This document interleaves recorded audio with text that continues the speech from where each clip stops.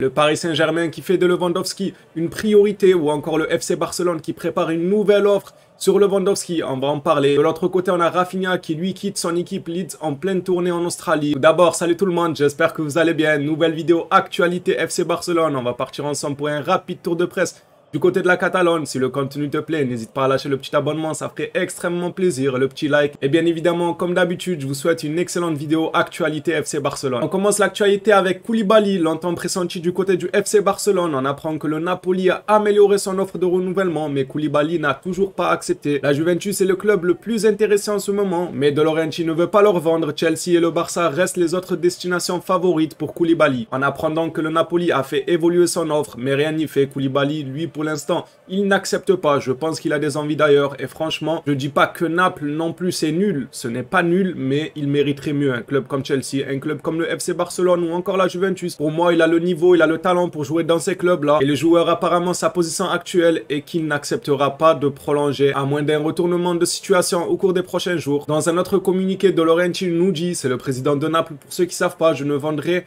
Koulibaly à aucun club italien. C'est clair, dans la tête du président, il ne veut pas vendre Koulibaly à un concurrent direct, que ce soit la Roma, que ce soit la Juventus, le Milan AC, l'Inter de Milan. Lui pour lui, si Koulibaly venait à partir, c'est pour un autre championnat, que ce soit la Liga, que ce soit la PL. Mais hors de question de vendre Koulibaly à un concurrent direct en Serie A. Après, j'ai envie de lui dire, il faut se dépêcher pour trouver un point de chute à Koulibaly, car l'année prochaine, il est libre. Et qui dit libre, dit il sera libre de signer dans n'importe quel club. Il pourra donc bien évidemment signer du côté de la Juventus. Je pense bien que Naples fera tout son possible pour le vendre dès cet été, ou bien le prolonger dès cet été. Un peu comme Liverpool avait fait avec Mohamed Salah. Je vous avais dit que je ne vois pas Liverpool laisser Mohamed Salah arrivé en fin de contrat. C'était soit il vendait Mohamed Salah dès cet été, ou bien il le prolongeait. Voilà, ils l'ont prolongé cet été. Je pense que c'est un peu similaire le cas Koulibaly. C'est soit ils le vendent cet été, que ce soit à Chelsea ou que ce soit au Barça. Nous, bien évidemment, au Barça, on le veut Koulibaly, ou bien ils réussiront à le prolonger. Car s'ils prennent le risque de le laisser jouer encore un an sans le prolonger ou sans le vendre cet été, ils pourraient le voir débarquer du côté de la Juventus dès l'année prochaine. C'est un risque. Concernant Umtiti, hier on en a parlé, on a vu que c'était pas joli du côté de Rennes. Il doutait de sa condition physique. Aujourd'hui, on apprend que Rennes est prêt à sortir des négociations pour Samuel Umtiti, car ils veulent signer Morato de Benfica. C'est pas Morata qui va jouer en défense, c'est Morato, les gars. Voilà, on va encore se trimballer Umtiti quelques jours, voire encore une saison, si jamais il ne trouve pas de point de chute, ou bien le Barça peut-être résiliera son contrat, on suivra ça ensemble. Xavi, lui, de son côté, estime que le mercato n'est pas fini. Xavi attend plusieurs autres signatures. Il sait que l'équipe n'est pas encore complète.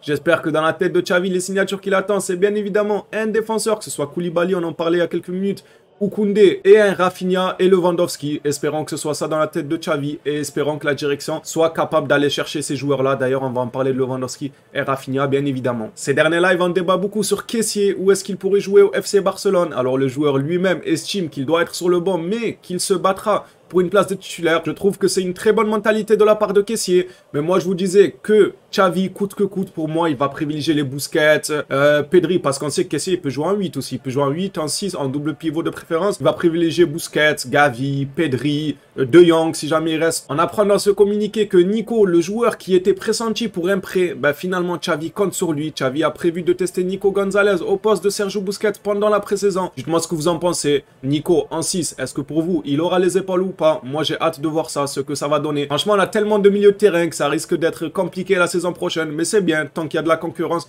c'est tant mieux. Chaque joueur va se donner au maximum. Il va se surpasser match après match. Ça sera une concurrence saine, je l'espère. Selon Gérard Romero, le FC Barcelone pourrait annoncer une signature et un départ aujourd'hui. Alors, il utilise bien le terme « pourrait », donc ce n'est pas sûr. Il se pourrait. Ce n'est vraiment pas sûr, sachant qu'hier, Gérard Romero, il m'a fait lancer un live à 23 h en nous disant que Dembélé était en train d'arriver du côté du FC Barcelone. Et finalement, il a dû s'excuser publiquement en disant qu'il s'était trompé, que ce n'était pas l'avion de Dembélé. Mais ça va, le live il s'est tout de même bien passé, on a discuté, on a échangé entre Blaugrana, ça m'a tout de même fait plaisir. Et aujourd'hui, Gérard Romero nous apprend que le FC Barcelone pourra annoncer une signature et un départ. Alors dites-moi vous dans les commentaires, si jamais le FC Barcelone annonce une signature et un départ, qui ça serait? Moi personnellement, le départ, je dirais probablement Trincao. Me dites pas l'anglais parce que lui, c'est déjà officiel du côté de Tottenham. Moi je dirais Trincao qui sera officialisé du côté du Sporting, et en arrivée, au vu de la situation, je dirais peut-être Azpilicueta, car les dirigeants de Chelsea étaient déjà au club il y a encore 1 ou 2 jours. Donc, ils ont dû bien discuter et bien avancer sur le cas Azpilicueta. Peut-être ça peut être Rafinha qui est attendu du côté du FC Barcelone. Apparemment, dès la semaine prochaine. Mais si c'est aujourd'hui, ce n'est pas la semaine prochaine du coup. Moi, je mets ma petite pièce pour la signature d'Azpilicueta et en départ, ça sera Trincao. Dites-moi vous, est-ce que vous pensez qu'à la surprise de tout le monde, ça sera un Lewandowski? On verra ça, mais je pense que ça attendra le deuxième levier économique pour tout ce qui est Lewandowski et Rafinha. En parlant de Rafinha, le voilà. Rafinha a quitté l'équipe de pré-saison de Leeds, comme je vous l'ai dit dans l'intro. Il a bel et bien quitté la pré-saison de Leeds. Ça veut dire tout simplement que le joueur, c'est sûr qu'il va quitter le club. Je vous le dis souvent ces dernières vidéos, mais on en est sûr et certain qu'il quittera le club. Maintenant, où il y a des médias qui l'envoient à Chelsea parce qu'apparemment il serait proche de Chelsea et d'autres qui disent que non, il est plus que jamais proche du FC Barcelone. On l'attendrait même, comme je vous l'ai dit, dès la semaine prochaine. C'est ce genre de communiqué qui annonce que Rafinha est plus que jamais proche du FC Barcelone. Rafinha est attendu lundi à Barcelone pour finaliser son contrat avec le club catalan. J'espère vraiment que c'est vrai et que c'est le Barça qui est en pole position sur ce dossier. En tout cas, ce qui est sûr, c'est que le joueur va bel et bien être transféré. Il nous manque plus qu'à espérer que ce soit bien du côté du FC Barcelone et qu'on ne prenne pas une clim et qu'il finisse à Chelsea. Dans cet autre communiqué, toujours concernant Rafinha, on apprend que les négociations entre Leeds et le Barça pour Rafinha sont entrées dans la phase finale. Ça fait plaisir. Avec un accord qui pourrait être conclu à tout moment, le Brésilien pourrait débarquer à Barcelone lundi et sa signature est indépendante de la saga Dembélé. Voilà, c'est un peu comme d'habitude, on nous dit que Rafinha, s'il signe, ça n'a rien à voir avec Dembélé, donc Dembélé pourra lui aussi probablement prolonger. En tout cas, les deux cas ne dépendent pas l'un de l'autre. La signature de Rafinha ne dépend pas de la prolongation de Dembélé et la prolongation de Dembélé ne dépend pas de la signature de Rafinha, vous l'aurez compris. En tout cas, c'est ce que les communiqués nous indiquent. Dans la foulée, j'ai aussi pris le communiqué de Fabrizio Romano, le célèbre journaliste. Mise à jour de Rafinha. Leeds confirme maintenant officiellement que Rafinha ne fera pas partie de l'équipe pour la tournée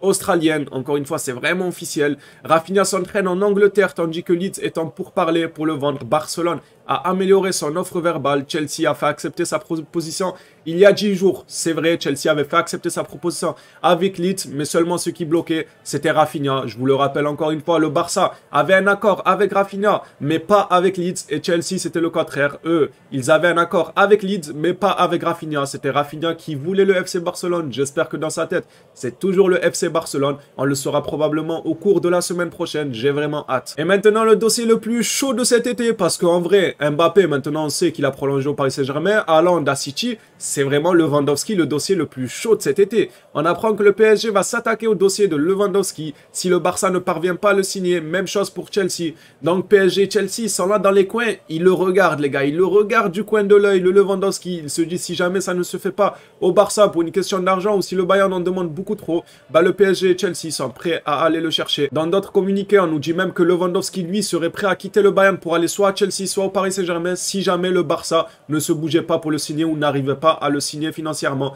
J'espère que le Barça fera ce petit effort avec une très bonne offre pour le Bayern Munich, car le joueur veut jouer pour le FC Barcelone. Mais après, je peux le comprendre, si jamais le Barça ne fait pas l'effort d'augmenter son offre, le joueur n'a plus envie de rester au Bayern, il a envie d'un nouvel air, donc il se retrouverait soit à Chelsea, soit au Paris Saint-Germain. Donc le Barça, faites le nécessaire pour nous ramener Lewandowski. Ce communiqué, lui, nous parle de la prochaine offre du FC Barcelone pour Lewandowski. La prochaine offre de Barcelone au Bayern Munich pour Lewandowski devrait être proche de 50 millions fixes. Et j'ai envie de dire, enfin les 50 millions fixes. On les atteint, mais ça me fait quand même peur. On sait que le Bayern demandait les 50 millions fixes depuis longtemps, que le Barça ne cessait d'envoyer des offres à 40 millions, plus 10 de bonus, 45 millions, plus 5 de bonus. Mais le Bayern, eux, ils ne voulaient rien savoir, ils ne voulaient pas de bonus, ils voulaient une somme fixe. Un peu comme le FC Barcelone, ce qu'ils veulent pour De Jong. Ils veulent minimum 80 millions et plus des bonus s'il faut, mais pas moins de 80 millions plus des bonus. C'est un peu des cas similaires, mais seulement ce qui me fait peur, c'est que maintenant, on sait que le PSG a jeté son dévolu sur Lewandowski, que Chelsea est prête aussi à se positionner dessus. Est-ce que ça ferait pas monter les enchères? Est-ce que le PSG ne va pas proposer 60 millions, que Chelsea va proposer 65? Ensuite, le PSG proposera 70 millions. On sait qu'ils sont capables, même si ça fait cher, 70-75 millions pour Lewandowski, mais le Paris Saint-Germain, ils sont capables. Et ils ont blindé tout le monde, ils ont des Draxler qui jouent jamais, qui touchent des salaires astronomiques pour ce qu'ils rapportent pour le club. Neymar, on n'en parle pas. Voilà, ils sont capables de mettre la somme qu'il faut sur Lewandowski. Ça risque peut-être de nous poser problème. Notre seule chance, c'est que le joueur ne change pas d'avis et qu'il veut toujours jouer pour le FC Barcelone. Ça pourrait grandement nous aider. La vidéo est terminée. Merci à tous ceux qui l'auront suivi jusqu'ici. Ça me fait extrêmement plaisir de partager les infos avec vous. vous, de parler du club que j'aime avec vous. Vous aussi vous l'aimez, c'est sûrement pour ça que vous êtes ici. Et je vous dis encore une fois un énorme merci. Comme d'habitude, vous commencez à vous habituer à la chanson. Si jamais d'ici ce soir, il y a des nouveautés, une officialisation ou quoi que ce soit, je balancerai bien évidemment une seconde vidéo pour vous tenir informé en direct de ce qui se passe du côté du FC Barcelone. Encore vraiment un énorme merci pour votre soutien. Merci à tous ceux qui viennent de s'abonner. Bienvenue à vous les nouveaux. Vous êtes chez vous ici. Merci à tous ceux qui soutiennent régulièrement. Je vous souhaite une excellente journée. On se dit à ce soir pour une deuxième vidéo ou bien à demain pour la vidéo actualité FC Barcelone. D'ici là, prenez soin de vous les phénomènes.